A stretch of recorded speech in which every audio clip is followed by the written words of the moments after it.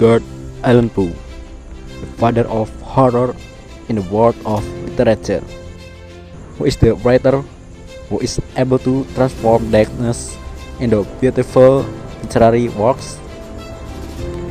He is Edgar Allan Poe, a legendary figure known as the pioneer of psychological horror stories and fictional detectives. His works have inspired the world for almost 2 centuries, childhood and personal life. Edgar Allan Poe was born on January 19, 1809 in Boston, United States. However, since childhood, his life has never been easy. His father left the family. His mother died of tuberculosis when Poe was still a baby. He was then raised by the Allan family, but his relationship with his adoptive father was full of conflict. Poe grew up as an intelligent and sensitive figure, but lived in loneliness and poverty. Early writing career. Poe began writing poetry at a young age. His works are dark, melancholic, and full of symbols of death and madness.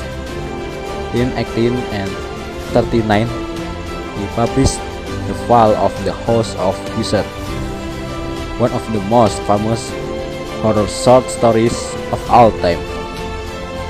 He also wrote the legendary poem The Raven, a poem about loss and eternal sadness that made his name famous. Pioneer of the detective story. Unknown to many, Poe is also considered the creator of the modern detective story.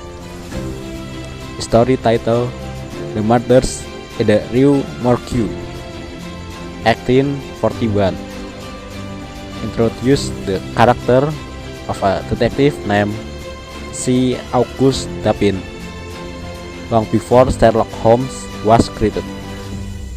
This is where the mystery thriller and whodunit genres began to develop in the literary world.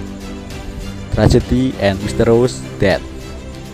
Poe's life was always marked by tragedy, the loss of his beloved young wife, poverty, and struggles with alcoholism. In 1849, Poe was found unconscious on the streets of Baltimore and died a few days later.